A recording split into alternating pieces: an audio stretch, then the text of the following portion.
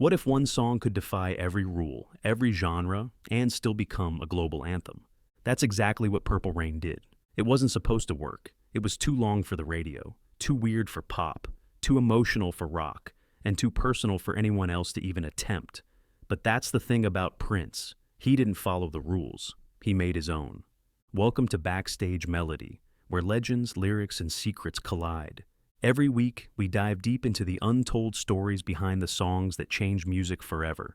If you're passionate about music history, hidden meanings, and the drama behind the hits, make sure to hit that subscribe button, because today, we're telling one of the greatest stories of all.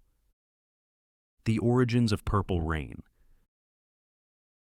The story of Purple Rain doesn't begin with a grand plan. It started with a jam session and a wild idea. By 1983, Prince was already making waves. He had built a reputation as a musical genius who could play almost every instrument, produce his own records, and cross genres without breaking a sweat. But he wasn't satisfied. He didn't just want another hit. He wanted to create something epic, something that would outlive him. That's when the seeds of Purple Rain were planted. During a casual rehearsal with his band, The Revolution, Prince started experimenting with a melody that felt different, slower, heavier, almost haunting. The band followed his lead, layering in chords and textures. That raw session laid the foundation for what would eventually become Purple Rain.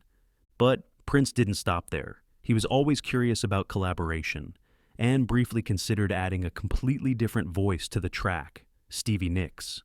He admired her work with Fleetwood Mac and thought her poetic style could bring something special. So he sent her a rough 10-minute instrumental and asked if she wanted to write the lyrics. Stevie later recalled the moment with honesty. "It was so overwhelming. It was like, I can't do this. This is too big for me." She politely declined, leaving Prince to walk the creative path alone. That might have been for the best.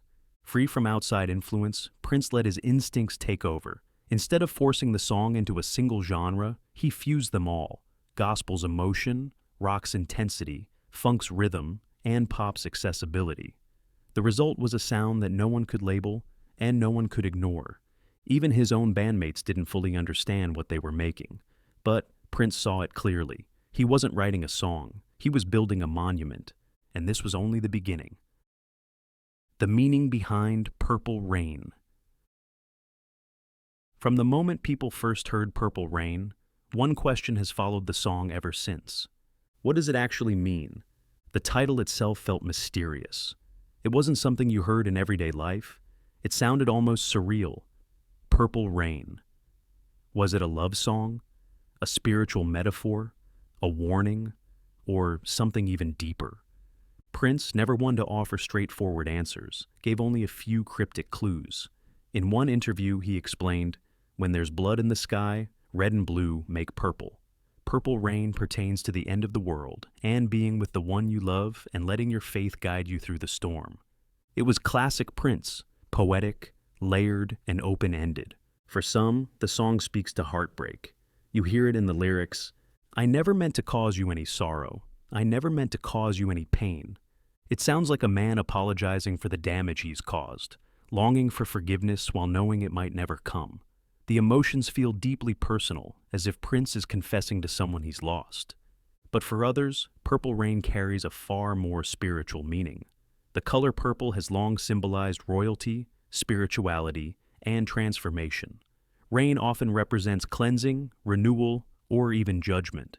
In that sense, the song becomes about redemption, surviving personal storms, guided by faith, love, or destiny. And then there's the apocalyptic interpretation. Some fans have speculated that Purple Rain represents a final moment before the end, when the world collapses but love remains. That's the genius of Prince. He created a song that could mean something different to everyone who hears it. Whether you hear heartbreak, hope, or salvation, Purple Rain wraps it all together in one haunting, beautiful melody. And yet, for all its beauty, Prince was about to take an even bigger risk by breaking every rule the music industry lived by. The risk of breaking all the rules. By every music industry standard, Purple Rain should have been a disaster. At 8 minutes and 45 seconds, it was far too long for radio. Programmers wanted tight, 3-minute singles that could fit neatly between commercials. Anything longer risked being skipped entirely.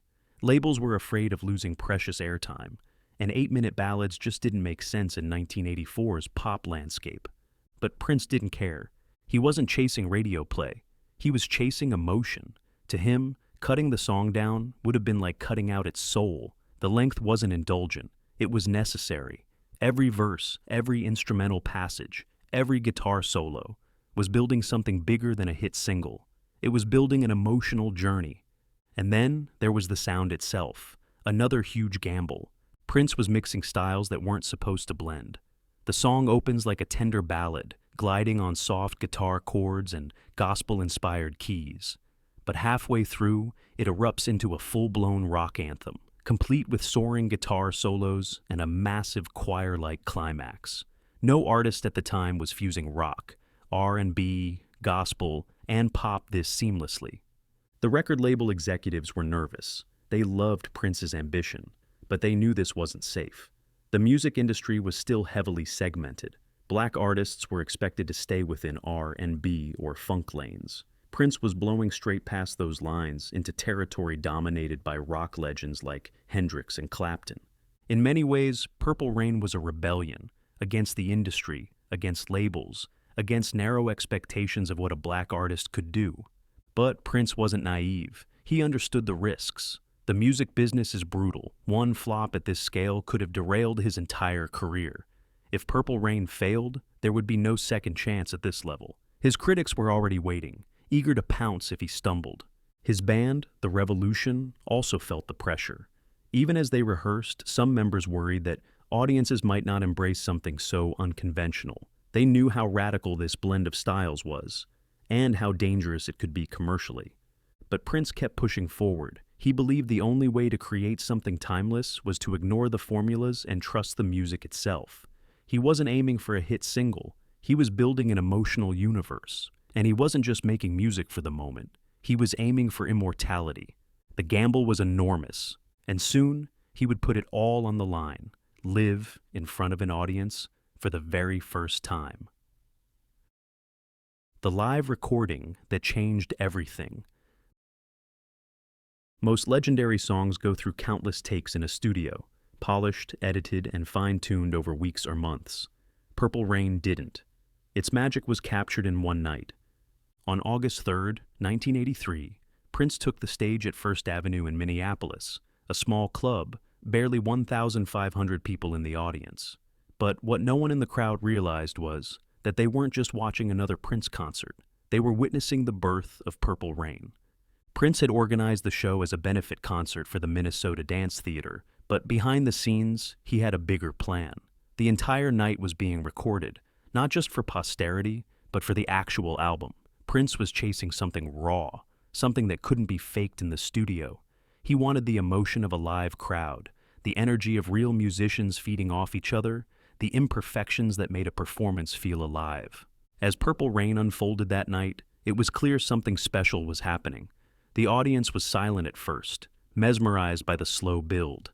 And then came the guitar solo, entirely improvised, full of aching bends and wailing notes. You can hear it in the final recording, the way Prince's voice cracks slightly, the way the guitar sings and cries. The Revolution was locked in. Wendy Melvoin's chiming guitar intro, Lisa Coleman's haunting keys, and the rhythm section's steady pulse. It all came together like magic. And that's what you hear on the final track. It's not a studio creation. It's a living, breathing moment captured forever. After the show, Prince made only minor edits, a few overdubs, a cleaned-up intro. But the heart of Purple Rain remains exactly as it was that night.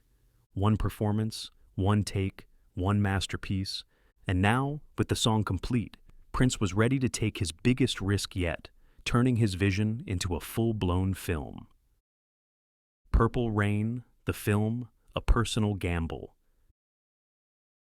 By this point, Purple Rain was already ambitious as a song, but Prince wasn't finished. He wanted to turn it into something even bigger, a movie. At first, almost everyone thought it was a terrible idea. Prince had never acted before. The film's script was heavily inspired by his own life, a young musician trying to escape a troubled home, caught between love, rivalry, and the brutal reality of the Minneapolis club scene. It was deeply personal, sometimes uncomfortably so. Many questioned whether audiences would even care. Warner Brothers was skeptical. Music stars crossing into film often resulted in the box office disasters. Prince was willing to risk it all. He believed that Purple Rain wasn't just a song. It was a story that needed to be lived on screen. With a shoestring budget of around $7 million, the production faced challenges from the start. The director, Albert Magnoli, was brought in just weeks before shooting began. The cast included real members of Prince's band, not seasoned actors, which meant performances could be unpredictable. Many scenes were shot on location in Minneapolis nightclubs, giving the film a gritty authenticity, but also adding to the unpredictability of the production. Prince wasn't just acting, he was exposing himself. The film reflected his own strained relationship with his father, his early struggles in the Minneapolis scene, and his obsessive drive for perfection. This wasn't a glossy, safe biopic. It was raw, flawed, real, and yet, somehow, it worked. When Purple Rain hit theaters in July 1984, it exploded. The film topped the box office, critics praised its raw energy, and fans embraced Prince as both a musician and a cinematic force. The soundtrack and movie fed into each other's success, turning Purple Rain into not just an album or a film, but a full-blown cultural phenomenon. And with that, Prince had officially done the impossible, but the impact was only just beginning. Critical and cultural impact. Purple Rain didn't just succeed, it detonated.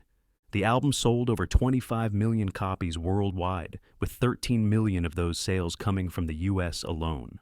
It spent 24 consecutive weeks at #1, one on the Billboard 200, a staggering run that very few albums in history have matched.